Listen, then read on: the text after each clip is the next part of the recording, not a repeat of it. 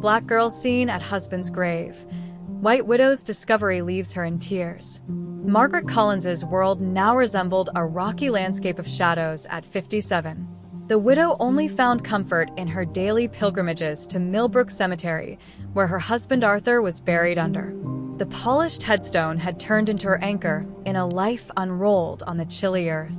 By loss, yet on one fatal evening, Margaret's usual walk towards the cemetery gates. Her abrupt stop came from a flash of pink that captured her sight, a little black child. The youngster made her way deliberately across the sea of worn, her frock sliding between the iron bars of the barrier she created. At last kneeling before Arthur's tomb and softly arranging a bouquet of white flowers there, gray headstones. Base, who is this child who ventured to interrupt Margaret's personal grief, and why did she seem to share such a close relationship with Arthur's last resting place before we go into this moving tale? Us in the comments where you're seeing or listening from today, and remember to hit that if you enjoy this video. Margaret Collins, who was standing on the brink of the graveyard, gazed. Placed on the polished granite headstone bearing her husband's name, Arthur, it read the words carved deep into the stone as though she were trying to equal the depth of her loss. At 57, Margaret felt half of her had been buried next to Arthur under the late afternoon sun's long shadows on the immaculately cut. Margaret felt it was lovely when grass painted the graveyard in hues of gold and amber. She would never have appreciated the beauty of this spot before Arthur's death.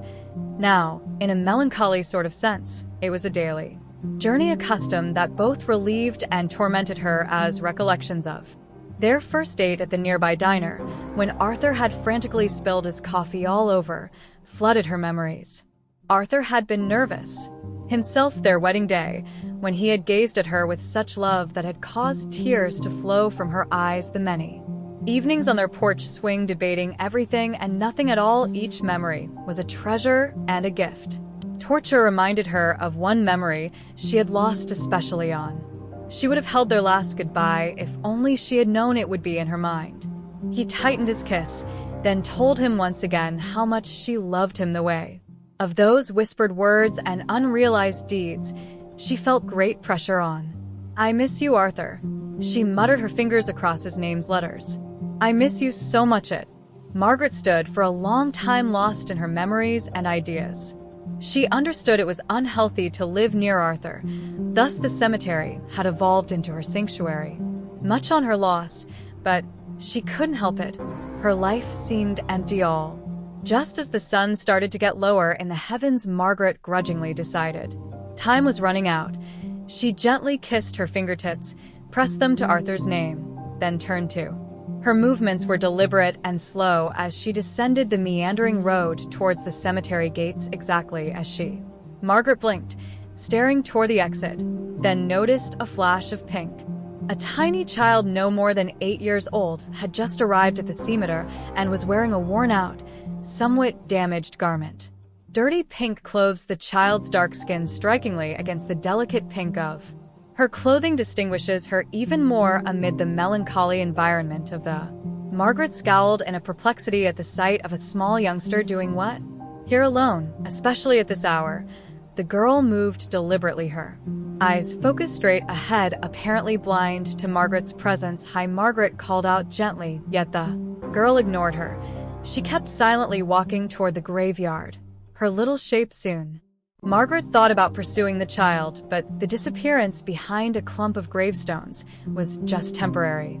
Her own loss and the lateness of the hour caused her to hesitate. Definitely, she imagined the girl wasn't alone, perhaps Margaret left the graveyard. The parent or guardian was close, giving one last peek over her shoulder. Though lost regularly, image of the small kid in the pink outfit stayed in her head and seemed strange. Margaret had almost convinced herself that the world seemed odd and out of kind by the time she got to her car. That the infant had been a mirage of her imagination, a little diversion from her grief. As she drove home, the streets of her tiny village blurred by. Margaret hardly noticed the familiar image of the corner store where she and Arthur used to get ice cream on hot summer evenings, at the park where they used to stroll hand in hand every Sunday. Now these locations were only agonizing flashbacks of Arriving home, Margaret parked her car in the driveway and stayed there for a while, missing. Moment gathering the will to meet another evening alone in the house she had shared with Arthur for more than 3 decades. The quiet she encountered as she unlocked the front door was deafening. "I'm home from Arthur," no cheery "I'm home from." Sounds of the evening news from the living room, not clatter of pots and pans as he tried to shock her with. Margaret walked the house like a ghost, flicking on lights more out of habit than necessity stopped in. Her hand should be hovering over the kettle, guiding her to make. Arthur had always insisted on a cup of tea in the evening, saying with a smile that it calmed his spirit. But the considered sat by herself with a cup of tea Arthur would never share once more, and her throat started to tighten with unshed. Instead, she headed to the living room, snuggling into her preferred recliner. The home seemed overly large too. Empty without Arthur's larger-than-life presence filling every place. Margaret's view turned to the mantelpiece covered in pictures of their lives together, wedding pictures, vacation. Each one of the candid moments captured on camera serves as a reminder of the enjoyment they would have enjoyed, as well as the future. One picture in particular drew her attention. It was from their 30th wedding anniversary, just 1 year before Arthur's untimely death. They were waiting before their preferred eatery. Arthur's arm around her waist, both of them smiled at the camera. Margaret thought of that day. Clearly the way Arthur had hugged her close as they danced, the way he had startled her with a gorgeous necklace. As if it were the first time he'd ever said it, he had murmured "I love you" in her ear. Tears welled up in Margaret's eyes and flowed over before she could stop them. She let them fall, too tired to fight against the flow of loss. This was her life now, memories and tears an infinite amount. Margaret found herself sliding into a cycle of remembering and grief as the evening progressed. Fitful slumber right there in the armchair. Arthur's pleasant face, the small, confused mess of images. Dreams were a tangle. She woke with a start a while later. A pink dress gravestone stretched as far as the eye could see. Confused and looking at the clock, Margaret, sick in her neck, sighed heavily, realizing it was beyond midnight, then pushed herself to stand and headed upstairs to bed. The bedroom, like the rest of the home, felt improper without Arthur's side of the bed remained unaltered, the indent of. Margaret had not been able to muster the will to change the sheet since his head still showed on the pillow. Margaret's mind drifted while she lay in bed staring at the ceiling after his death. Returning to the small child she had observed in the cemeteries, her behavior had seemed so inappropriate. Unexpected in the darkness of the bedroom, Margaret discovered herself wondering about the child she identified as her. Why was Margaret alone in the graveyard, and why couldn't she get rid of her sense that something significant about her presence there caused Margaret's thoughts to whirl as she fell off to sleep, offering a fleeting, first time in months, a break from her customary nightly thoughts about Arthur. Margaret's last thoughts before sleep were those of a mystery, a tiny girl in a pink dress walking, not of loss. Alone among the graves, the following day dawned brilliant, pure sunlight flowing across the. Margaret forgot her grief when her curtains opened for a fleeting blissful time between sleep and consciousness. Margaret went through her morning, then reality collapsed back in, and the usual aching sank in her chest. Breakfast was mechanically shower dress. She had just finishing her coffee when the doorbell rang. Glancing, she knew at the clock it was time for her scheduled visit from Jane. Since Arthur's death, Margaret's dearest friend has been her for more than 20 years. She would make a weekly visit to Margaret, usually bearing some little gift or treat. Today was no exception. Margaret, beloved Jane, declared as soon as the door opened, waving a lovely pink rose bouquet I came upon at the florist and considered. Margaret mustered a little smile as she accepted the flowers. "They're beautiful, Jane, thank you." The two women headed to the kitchen. Margaret busied herself arranging the roses in a vase while Jane made their coffee. It was a habit they had developed over the past few months that would be pleasant in its familiarity, so Jane asked after they were seated at the kitchen table, steaming mugs of coffee in front of them. "How are?" Margaret sighed, her fingers following the edge of her mug. "Managing." She said at last that some days are more difficult than others. Jane leaned across the table. Margaret's hand was being squeezed. "I know, sweetie. It takes time." Arthur was well. Of a kind, a lump developed in Margaret's throat at the mention of Arthur's name. He truly Was she murmured? For a moment each immersed in their companionable silence. Then Jane, the pragmatic one, started talking about the most recent town rumors, Mrs. Henderson's prize-winning flowers, the new family down the street, planning a baking sale at the church. Margaret listened half-consciously, appreciative of Jane's attempts to divert her friend's attention as she spoke. Margaret's eyes strayed to the pink rose vase on the counter. Something about the hue danced at her memory. Yet Margaret couldn't quite locate it. Jan's words pierced through her. Reverie. Margaret blinked back, concentrating back. I'm sorry. I was simply asking whether you would want to come to the bake sale next. Her buddy Jane smiled sympathetically. Margaret hesitated the idea of getting out of the house a little more this week. Her stomach started to hurt among a gathering of well-meaning but pitying neighbors. I'm not clear about Jane. Perhaps Jane nodded, not pressing the matter. Well-considered no. Margaret sipped her while Jane filled the silence with joyful conversation, chatting for a bit more. Coffee tried to participate by the time Jane left, promising to call. Margaret felt both exhausted and yet relieved later in the week after seeing Jane out. Margaret went back to the kitchen. She stood there for a time, her eyes pulled once more to the pink roses. Immediately clicked the small girl's dress. It had been virtually exactly the same. Margaret had almost persuaded herself that the memories of the kid buried in the cemetery came flooding back. Shade of pink.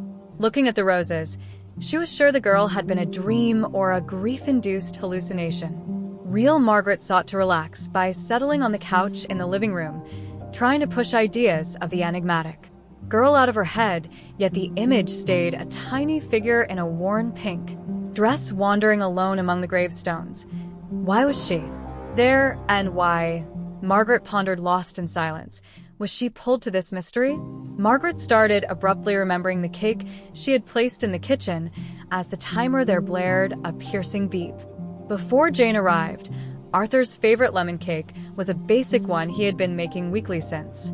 Though there was no one around to appreciate it with, his death unable to disrupt the habit. Rising from the couch, Margaret headed back to the kitchen, pulling the golden cake from the oven. The lemon and sugar smells permeating the air, she discovered she was blinking back. Tears. How many times had she made this cake for Arthur? How often had he complimented her baking, even in spite of the cake was a little dry, perhaps the frosting a bit too sweet. Placing the cake on the counter would cause. Cool. Margaret rested against the kitchen sink, her shoulders quivering with quiet sobs of loss over her in. Waves threatening to draw her under. Let herself a few seconds of release before inhaling deeply and straightening. Arthur wouldn't want her to disintegrate over a. She firmly told herself as she cleaned her eyes and started to tidy Margaret's kitchen. Her mental state wandered back to the small girl buried in the cemetery. Something about her bothered the margins. Margaret vowed to overcome her conscious awareness of her missing something vital. Go back to the cemetery the next day. Maybe she would run across the girl once more, and if she did this time, she would approach her discovery of her identity and the reason she was alone with this decision taken. Margaret had a brief spark of something, not quite hope, but maybe a feeling of direction for the first time since. After Arthur passed, she had something to concentrate on outside her loss. It was a little matter, maybe even a stupid one, yet it was something Margaret discovered herself strangely lacking as the day progressed into dusk.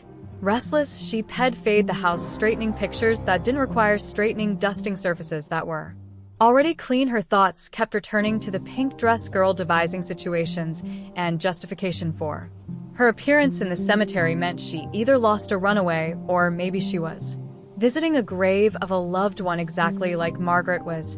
But why would she be alone? Where were her guardians or parents? Chasing each other across Margaret's mind before bed. Margaret laid in the darkness that evening, staring at the ceiling, and recognized that, for the first time in months, her last thoughts before bed were not just of Arthur, but also of another. Were of a mystery to a small child in a pink robe strolling amid the tombs, and with those ideas came a little flutter of something Margaret had nearly forgotten. Margaret woke the next morning curious, eagerness not felt in months she had gone through.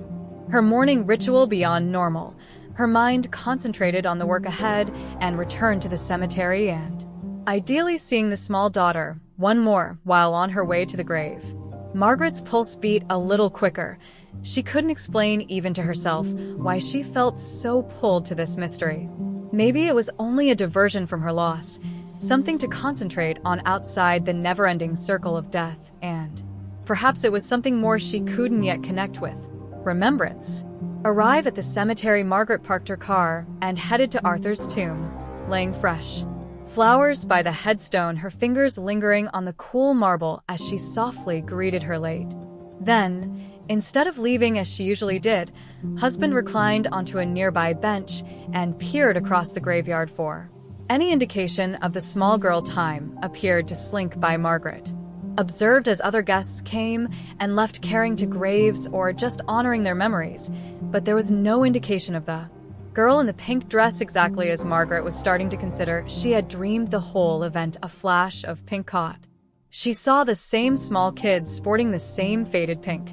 Margaret's breath froze in her throat as she watched the toddler deliberately move across the graveyard. Margaret's astonishment was matched by the girl's straight for Arthur's tomb. Margaret stayed exactly still, not wanting to frighten the youngster from her vantage point on the bench. Arthur's grave and the small child currently standing before were clearly visible. Margaret watched as the situation developed. The girl gently laid her little rucksack and gasped. On the ground, gently moving a cluster of white blossoms, she knelt in front of Arthur's tomb and gently arranged the flowers. Margaret's heart ached at the sight. Why did she do this? This child appeared to have such a link to Arthur, she observed, fascinated as Margaret took a minute to discover the little figure of the girl was crying, unable to bear saw the girl's anguish.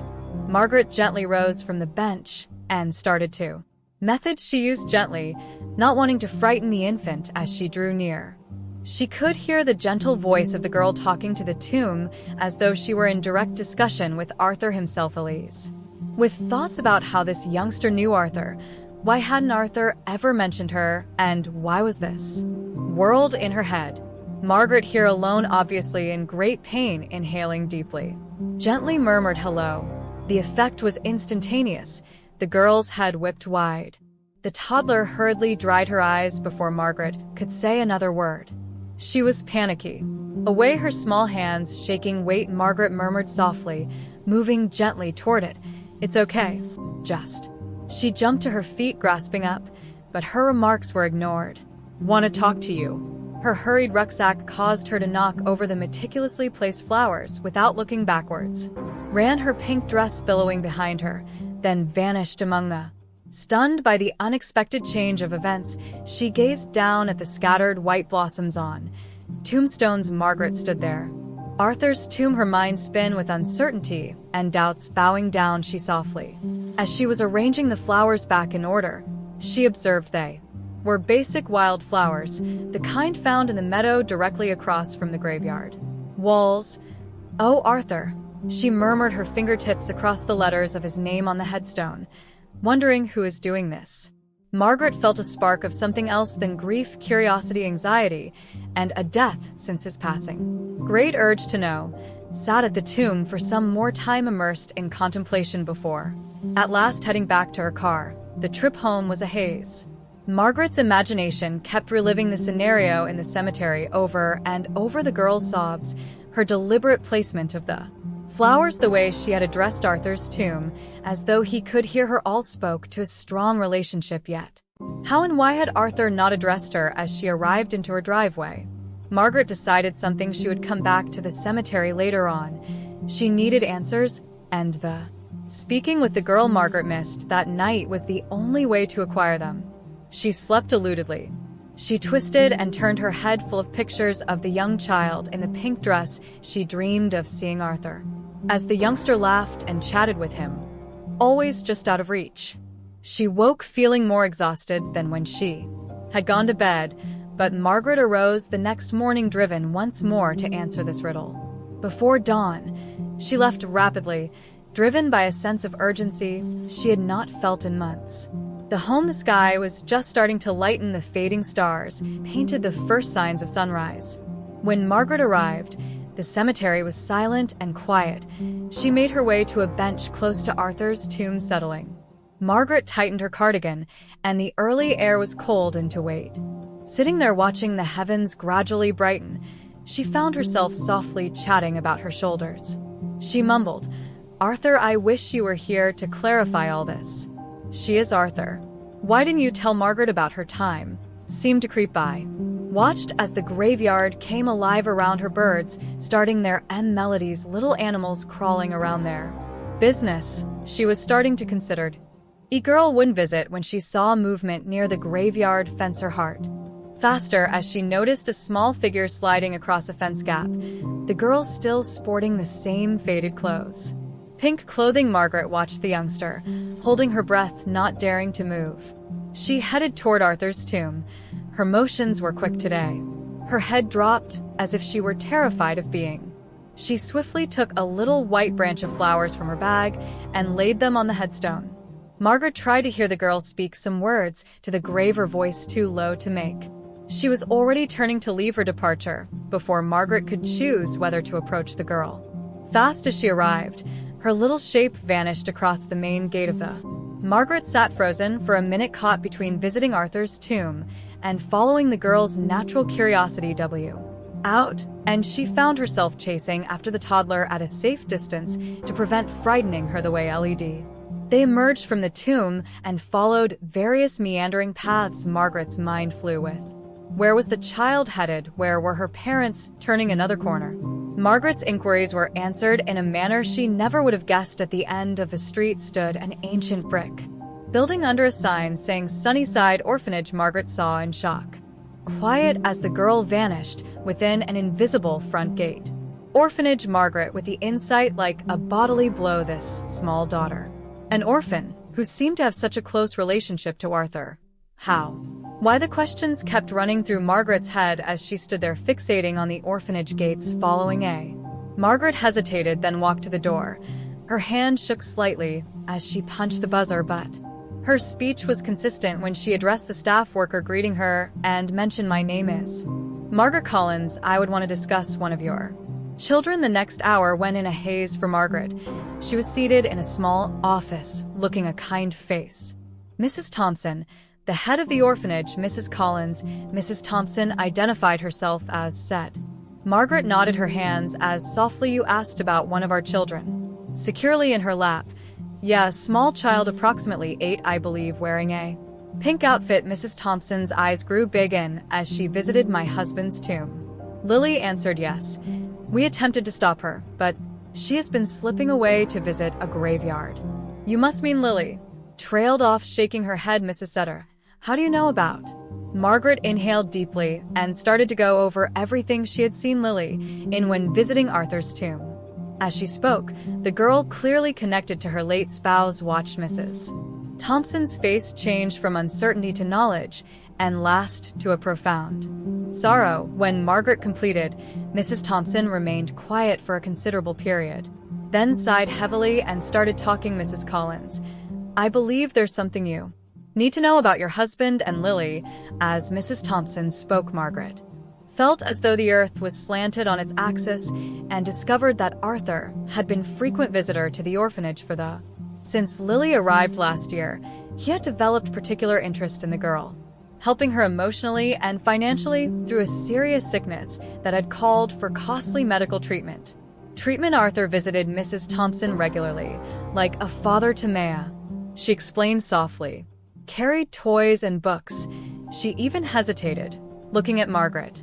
He had begun the process of adopting her. Margaret felt as like all the air had been taken out of the room following Arthur's intended adoption of a kid. Why hadn't he told? Mrs. Thompson seemed to be reading her ideas. "I believe he mentioned how surprising he wanted it to be. Greatly, you had always desired a child, how this would complete your family." Tears welled up in Margaret's eyes as the entire weight of the revelation strike landed on her. Arthur had discovered a daughter, had been getting ready to bring this small child into their life. Then he passed away, leaving both. "I could envision Margaret and Lily alone in their loss." Queried, her voice just above a whisper. Mrs. Thompson nodded, rising from. "Naturally."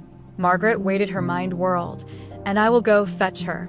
With emotions for the future lost, rage at Arthur for hiding this secret, and an overpowering. Margaret looked up to see the small girl she had yet to meet properly. The door opened. She felt connected to her. Lily stood there, her small hand held in Mrs. Thompson's, eyes wide and unsure as she looked at Margaret. Mrs. Thompson, and remarked softly, "Mrs. Collins was here." She was. At this, Arthur's wife Lily's eyes widened still more. Darting between Margaret and Mrs. Thompson, Margaret felt her heart constrict at the hope and terror wearing in. The child's face greeted Margaret gently as she knelt to be at eye level. "He meant a lot to you, didn't with the girl I saw at Arthur's tomb?" He nodded, his lower lip shaking. He was going to be my father, so he was nodding. Small and delicate, her voice broke something open. Margaret opened her arms and her heart without thinking, and Lily soared into them, her small body trembling with. Margaret rocked and held her close, her own tears spilling freely. Mourning child in that instant, as she carried this small daughter chosen by Arthur, Margaret noticed a change in her environment. The loss that had engulfed her for so long started to provide space for something else, had a great compassion and the first stirrings of love for this youngster who had lost so much. "Though it's good, sweetie," Margaret said, gently brushing Lily's hair. "We will be fine." Margaret thought those first times since Arthur's death.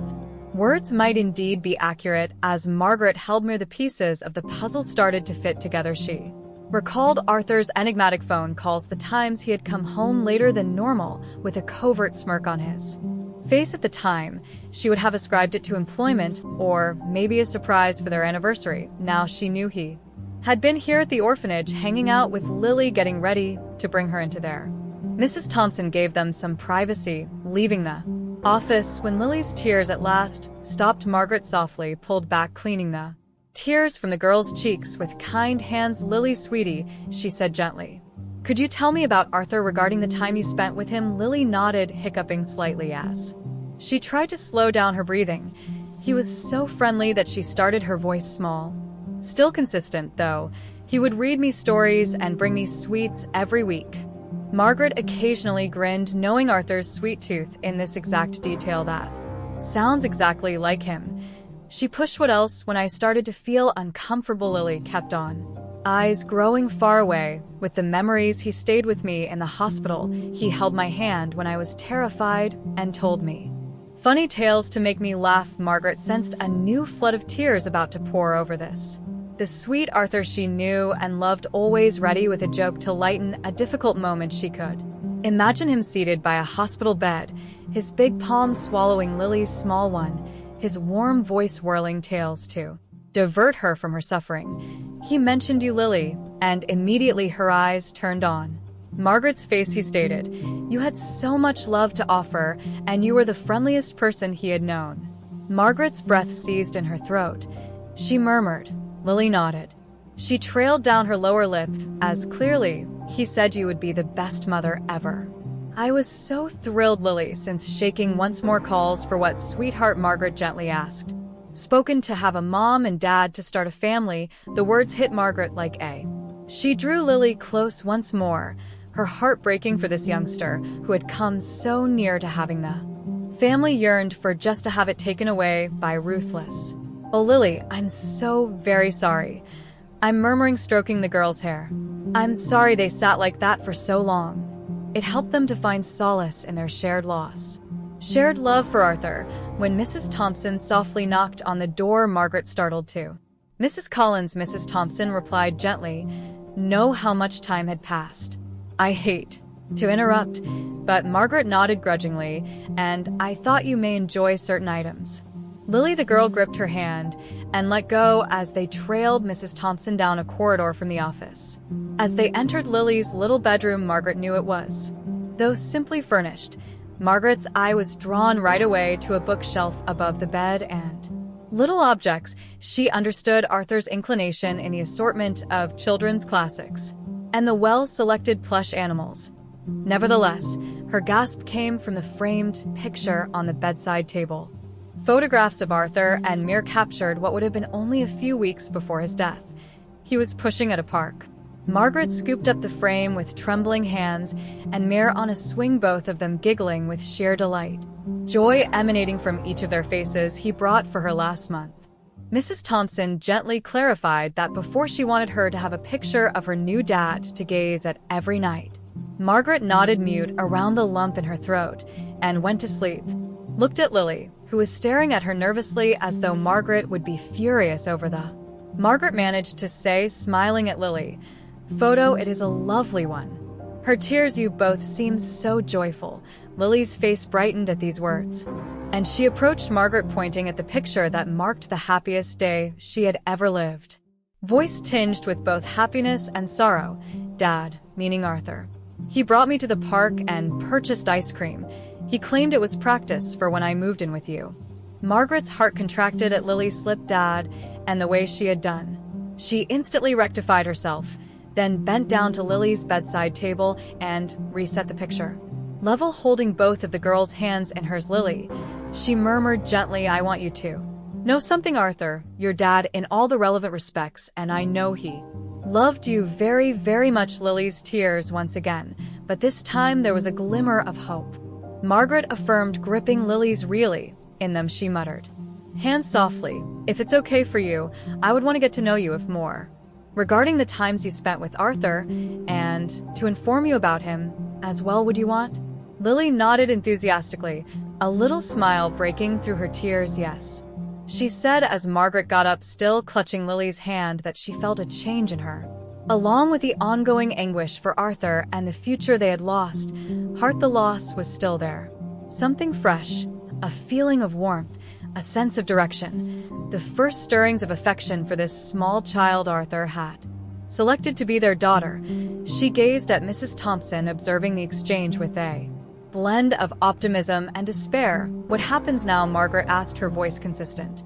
Mrs. Thompson smiled softly. "Well, that depends on you." Despite the emotional whirl of the previous several hours, Collins, and on Lily, of course. "Nevertheless, if both of you are eager, I believe we have a lot to talk about." Regarding Margaret, she nodded with a sensation of will engulfing her. Though she had no idea exactly what the future contained, she knew one thing for sure: she wouldn't let this link. Arthur having created whatever would come next, Lily would encounter it. Margaret drove home that evening, and her head spun with feelings and ideas the days had brought. Revelations had rocked her to her very core and made her rethink what she believed to know about her life. With pulling into her driveway, Arthur and their future together slumped in the car for a protracted period of time, glancing at the house she had lived in with Arthur for so many years, felt lonely and lightless after his death. But nowadays it felt different. Margaret made her way inside, and it looked to offer fresh starts. Upon heading to the kitchen to prepare a cup of tea, her eyes landed on a framed picture as the kettle heated. She picked it up, studying Arthur's picture on the counter on their wedding day. "Oh, Arthur," beaming smile, gently finger tracing his features. "Why not tell me?" As she stood there clutching the picture, Arthur had discovered them. A whole weight of the day's revelations washed over her. Daughter, he had been training to realize their long-held desire of a child, a dream broken years ago, memories of Margaret's inability to conceive flooding back. The innumerable doctor's visits, the unsuccessful treatments, the evenings spent in one another's arms, had the tears shared. Discussed adoption back then, but the suffering had been too raw, too fresh. Over time, they had convinced themselves, as they were only the two of them, but Arthur had never given up on. Margaret recognized now he had found Lily, seen in her the daughter they had always yearned for, and he had intended to surprise Margaret with the best present a child could have given her: love of family to finish their lifetime. The whistle of the kettle cracked through. Margaret's replaced down the wedding picture and made her tea while walking to the living room with the steamy cup. As she slumped into her preferred seat, her eyes rested on the mantelpiece dotted with pictures of her. She focused especially on life with Arthur, one picture in particular, drawn from their 31st wedding anniversary, exactly 1 year before Arthur's death. They were standing before. Both of them smiled for the camera, their favorite restaurant, Arthur's arm around her waist. Margaret remembered that day clearly, the way Arthur had embraced her and had shocked her with a stunning necklace. near as they danced the way he had whispered "I love you" in her ear, as though it were the first time he had ever said. Margaret realized something she hadn't seen before looking at that picture now. Arthur's eyes had a mysterious delight that, beyond the contentment of the moment, had he already seen Lily. By then, was he already organizing their family's future as... Margaret's eyes welled with 3 tears that spilled over before she could stop them. They were not just tears of one more blended in appreciation for the man Arthur had been was grief. There was something else also for the affection he had shown not only to her, but also to a small child in need of a family. Margaret had not felt in a long time hope as the tears flowed. Margaret discovered. She gently whispered, "You always," to Arthur as if he were in the room with her. She wiped her eyes, a misty smile. "Knew what I needed. You even didn't know yourself." Blossoming on her lips, "You discovered a daughter you were destined to be parents for after all these years." Years of awareness brought with them a new wave of passion. Though fate had intervened, Arthur had hoped to surprise her with Maya to bring happiness and fresh light into their world. Margaret sat there surrounded, leaving Lily and her alone in their loss, or were they? Memories of her life with Arthur helped her to see things from a new perspective. Indeed, Arthur was gone, and she would always be in pain over his death, but he had left her with one last gift, a link to a small daughter, who yearned for love as much as Margaret's face flashed in Margaret's. Remember her large expressive eyes, the way she had hung to Margaret when they hugged, the happiness in her voice when she spoke about the child Arthur had selected to be their daughter now. Either alone in the world, or was Margaret sitting up more straightly? Perhaps this wasn't the end of a dream, but rather something filled her for the first time since Arthur's death. Starting a fresh one, maybe, just maybe. She and Lily might assist one another in striving to create the family Arthur had imagined for. Margaret, could she do? The idea both worried and excited her. Could she open her heart to this child, become the mother Lily required, the mother Arthur had thought she? It'd be as these questions whirled in Margaret's head. Her eye landed on a picture of, from their previous trip together. Arthur was grinning into the camera, with his eyes sparkling with that known blend of love. Mischief staring at that picture. Margaret could really hear his words in her head. "You can do this, Lizzie." She seemed to say, "You have so much love to offer. Don't let fear control you." Margaret inhaled deeply, then felt something calm her heart. She knew one thing for sure, even if she did not know exactly what the future would contain, or have all the answers. She knew she wouldn't be able to let go of the link Arthur had created. She owed it to Lily and to herself. Margaret got up from her chair and walked to the phone. Her hands shook. Where would this road lead? Slightly as she phoned the number for Sunnyside Orphanage, but Mrs. Thompson's voice was consistent when Mrs. Thompson answered. "Mrs. Thompson, this is Margaret Collins. I would want to discuss Lily's experiences more with regard to what happens next." As she said these words, Margaret felt her shoulders light. She was excited for the future, whatever came next, first since Arthur passed away. Would meet it with the love Arthur had bestowed upon her and the strength he had always sensed she possessed. This was only the beginning of a new chapter for Arthur. Margaret understood, not the end of her tale. Chapter 1, he had penned the first paragraphs of, leaving her to carry on the story, and Margaret felt ready to grab that pen and start as she prepared to see Lily once more. Margaret woke early the following morning, a mixture of anxiety and she had planned with Mrs. Thompson to see Mir once more today, and excitement fluttered in her gut this time with the goal of a genuine discussion about their mutual relationship to Arthur and what it could entail, signify for their future. As she prepared, Margaret discovered herself paying additional attention to her look. She selected a light blue sweater Arthur had always advised would accentuate her eyes, and she even added a bit of cosmetics, something she hadn't bothered with since his death. Glancing in the mirror, she noticed her eyes revealed a spark of life missing for months. The drive to the orphanage seemed both shorter and longer. Then Margaret's mind ran with ideas on what she would say to Lily. How would she express the complex feelings she was experiencing prior to knowledge she was? Her hands tightly holding the steering wheel, she pulled into the parking lot and inhaled several times to help her relax. Mrs. Thompson received her at the door with a friendly grin. "Good morning." Mrs. Collins stated Make was asking about you all morning and seemed quite delighted to see you. Margaret once more experienced a surge of warmth at these words. I am eager to see her too, and kindly ask her to phone me. Margaret, Mrs. Thompson nodded and guided Lily towards her office down the corridor. Margaret nodded gratefully, waited inside and said, I thought you might like some privacy for your talk. Pausing. Mrs. Thompson said gently outside the door. I'm not sure, Mrs. Thompson. Know what is going to happen next, but I want to do right by Lily with what Arthur intended for. Her Mrs. Thompson's eyes softened. I suppose Margaret will just follow. Margaret's heart opened with these words of encouragement. She inhaled deeply and Lily observed Margaret, her face glowing as she sat in one of the chairs her legs were swinging frantically. Margaret murmured gently, a grin that directly spoke to her heart. Hi, Lily. Moving to seat in the chair next to her, Lily's smile slipped somewhat today. Her eyes full of hope mix. D with doubt. I'm okay, she said. Are you? You came to discuss Arthur. Margaret nodded, reaching out to grab Lily's little hand in hers. Yes, baby, I felt we should discuss Arthur, you, and what goes forward. Would that be all right? Lily nodded enthusiastically and tightened her hold on Margaret's hand. Can I tell you something first? Margaret answered cautiously, naturally. You may tell me anything. By giving Lily a motivating smile. Lily inhaled deeply. Her words came out fast. I'm sorry I ran away from you at the graveyard. I was afraid you might be enraged at me for seeing Arthur. I didn't want you to believe I was trying to send him away from. Margaret felt her heart tighten at these words.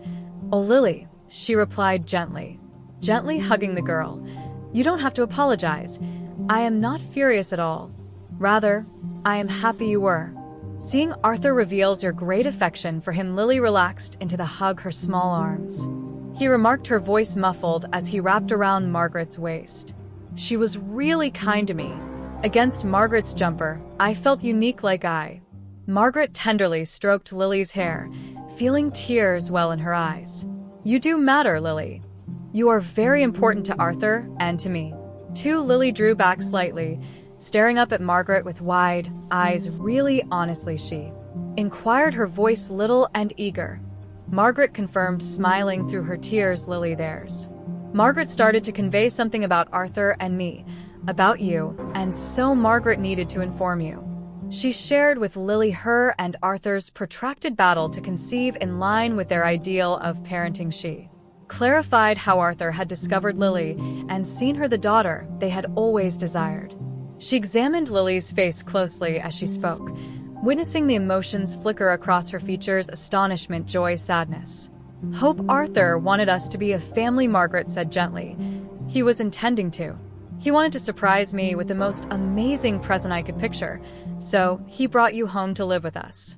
Lily, the daughter, started crying, but then he passed away, she murmured. Margaret nodded, her own eyes moistened. And yes, love, he died before he could make it happen. Yet, Lily, I want you to realize that dream has to die, not just because Arthur is dead. Lily's breath caught her eyes. Widening. What you mean? She asked, her voice quivering with hope. Margaret inhaled deeply, her heart thumping. This was the moment of truth, the moment Lily mentioned softly that would permanently alter both their lives.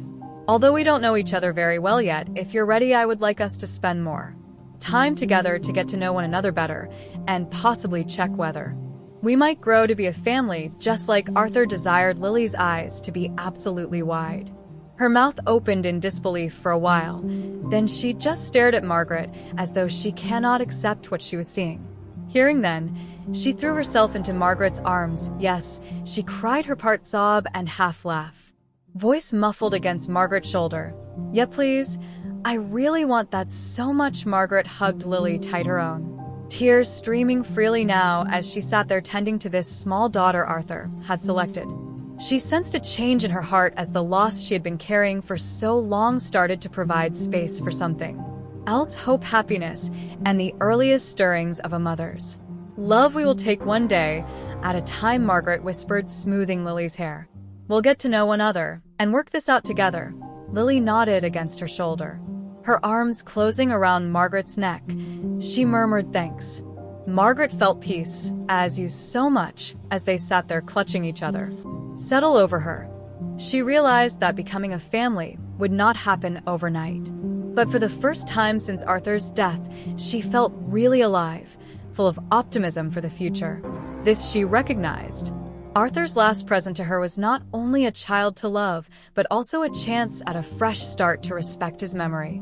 By establishing the family he had always imagined, and as she cradled Lily Margaret, she assured Arthur that she would do everything in her ability to bring that dream to pass throughout the next 4 weeks.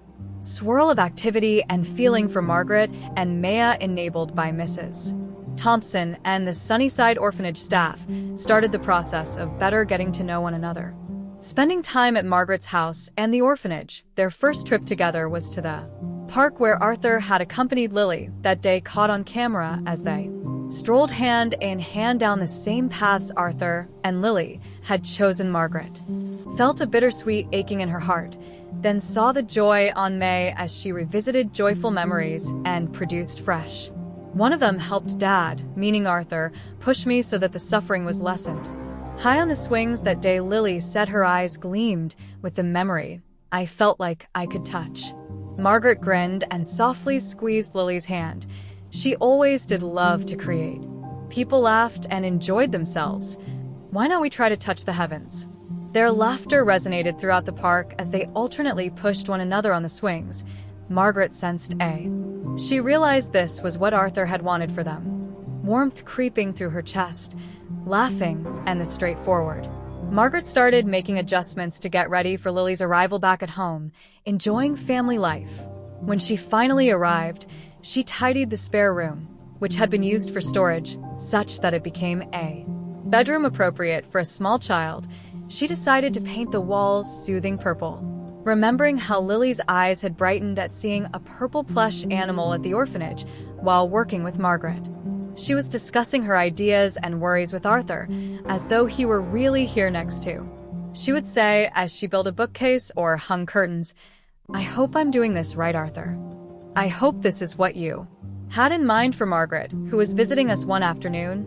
And Mrs. Thompson called with some news after Lily's room was lastly finished. The adoption procedure was underway, and if all went according to plan, Lily could return home with Margaret in. Just a few short weeks later, Margaret, that evening when Lily sent a thrills of excitement mixed with anxiety, came for her usual visit. Margaret decided it was time to ask the major question. They were sitting on the porch on swings, savoring the cool evening air. When Margaret turned to Lily, "Love," she murmured quietly, "I have." Lily looked up, her eyes inquisitive and a little nervous. Something significant should be asked of her. Margaret inhaled deeply, her heart racing. "Lily, you know I have been working on a particular chamber in the house, right?" Lily nodded. Margaret went on, "That room is for you. I was thinking, would you want to visit? Live here with me to make this your house?" Lily's eyes grew wide with excitement. Sobs for a moment, she merely watched Margaret's lower lip shaking. Then, crying with delight, she flung her arms around Margaret's neck. "Indeed," she screamed, "yes, but please, I want more than that." Everything. Margaret pulled Lily close, her own tears flowing freely. "Sweetie," she murmured, gentle strokes on Lily's hair. "I'm so happy. I want that too, very, very." Margaret felt a sense of rightness come over her even as they sat on the porch swing, clutching one another. Arthur had desired for them. This was the family he had dreamed of building. The days that followed were there were paperwork to sign, final interviews with social workers, and last-minute changes to ensure. There was a frenzy of preparation. Lily's chamber, through all, Margaret saw Arthur's presence guiding her, encouraging her. Eventually, when Margaret came at Sunnyside Orphanage, her heart was racing with expectation when Mir showed up clutching a little luggage and the cuddly bear Arthur had given her. Margaret felt her breath stop in her throat. "Are you ready to head home?" "Sweetheart," she said gently. Putting out her hand, Lily nodded, her eyes glittering with. She clasped Margaret's hand and held on, a mix of apprehension and delight. Firmly, "I am ready." She spoke in a modest voice but resolved. As they left the orphanage together, Margaret saw a change in her universe. The loss that had ate her for so long didn't go, but it created space for something new, hope and the love of a mother. Lily was quiet, staring out the window with her toddler in the car on the way home. Margaret peered at her in the rearview mirror, her heart full with compassion for this small child who had so much. Shockingly turn out to be her daughter, she begged. Lily nodded softly, then turned to gaze at Margaret with a little smile. I was just. She gently remarked that Arthur would be delighted right now to be seeing us together like. Margaret felt her heart expand with feeling. I believe you are correct, sweetheart. Her voice heavy with unshed tears. I believe Dad would be really pleased. Margaret felt both excitement and anxiety as they drew into what would soon be their house's driveway. This was it, their fresh start together. Welcome home, Maya, she said. Lily's eyes were wide as she gazed at the mansion, clutching her plush bear, quietly as they stepped up to the front door. Tightly our house, she murmured, as if testing the words. Margaret nodded at Lily's hand softly. Honey, Margaret's world changed in our house. Once a silent house full of memories, Lily's arrival resonated with the sounds of a toddler laughing and as they negotiated their newfound family dynamic, pitter-patter of young feet each day presented fresh problems and pleasures. Shopping for Lily's clothing turned into an experience. Margaret monitored her heart, complete as Lily's eyes sparkled at the sight of vibrant clothing and a dazzling new. Once taken for granted, these simple pleasures now have great significance. Nighttime demonstrated from a school backpack. Lily's tough nature caused tears to flow down her face, demanding Arthur or the parents she knew.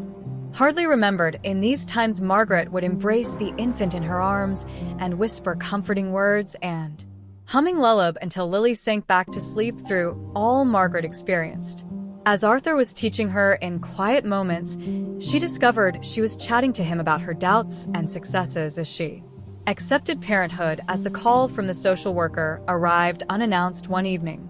Margaret's hands shook as she listened to the judge award her temporary Lily custody.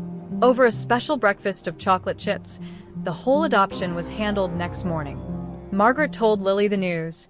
Thus, this is essentially my house right now. Lily asked, her voice hardly above a whisper. Margaret stretched across the table, grabbing Lily's little hand in hers. Sweetheart, this is your house and your family is constantly and permanently. Lily's brilliant smile and tight as Margaret pulled her close. Embrace spoke more than words could settle over her. This, She felt rightness. was what Arthur had hoped for their lifetime, then changed to fit Margaret and Lily's duties as mothers and daughter. They honored their new status with little happy ceremonies, picnics in the backyard, building a scrapbook of their expanding family, and flowers in the garden. Memories. One evening, as they lounged on the patio swing savoring the cool summer breeze, Margaret turned to Lily with a gentle, Sweetheart, I was wondering whether you might want to visit Arthur's grave. Together, we might bring him some flowers and spend some time there as a family. Lily stared wide with surprising feelings blend with trepidation and a sliver of hope. We can indeed go. Margaret nodded along, putting an arm around Lily's shoulders naturally. I would believe it would be great for us to go as a family. We may perhaps bring some of those white chamas Arthur cherished so much. Lily remained quiet for a minute, then nodded gently. I would have it her saying. I gently miss him, and I believe he would be pleased if we went. Margaret felt a lump in her throat together. I guess so too, sweetie. If only we could go this weekend. Like the sun starting to set, bathing the garden, Margaret in a warm glow, and Maya sat in pleasant stillness, engrossed in ideas of Arthur and the visit. Soon they will be hand in hand. The next Saturday morning dawned brilliant and clear. Margaret and Lily carried a bouquet of memories as they strolled the familiar paths of the cemetery, their motions deliberate and sure. Freshly chopped white chamas from their garden at the tomb, Margaret sensed the normal pang of loss, but the warmth of Lily's hand in hers balanced it now. This visit was unusual. Lily stepped forward softly instead of being alone. Dad added gently, I miss you, after arranging the bouquet of white chamas on the tomb. Margaret and I are well, though we are looking after one another exactly as you asked. Margaret to kneel next to Lily, her arm around the girl's shoulders.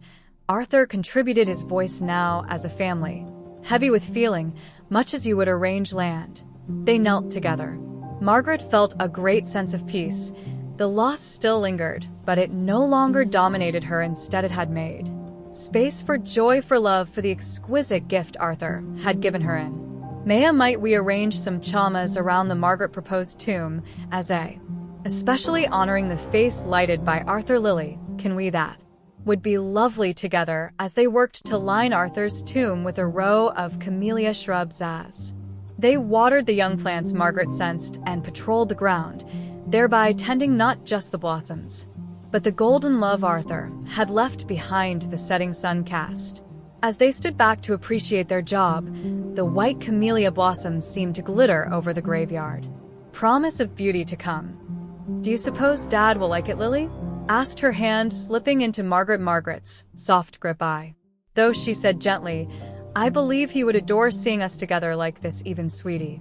As they turned to go, Margaret gave one last look at Arthur's tomb, now surrounded by the camellia bushes. Thank you, my love, she muttered for everything. They walked out of the graveyard, no longer two individuals bound by grief and loss, but a family joined by love and the magnificent gift Arthur had given them each other. Thank you for joining me on this wonderful tale of love, loss, and new beginnings. If you enjoyed this tale, please consider liking the video and subscribing to the channel. Your support genuinely means the world to me. Thank you for being part of this journey. Disclaimer. This channel stands against all forms of intolerance, discrimination, racism, and violations of human rights. The stories shared here are original creations, developed to encourage reflection, understanding, and constructive dialogue. All content is produced with a commitment to respecting diversity and honoring human dignity.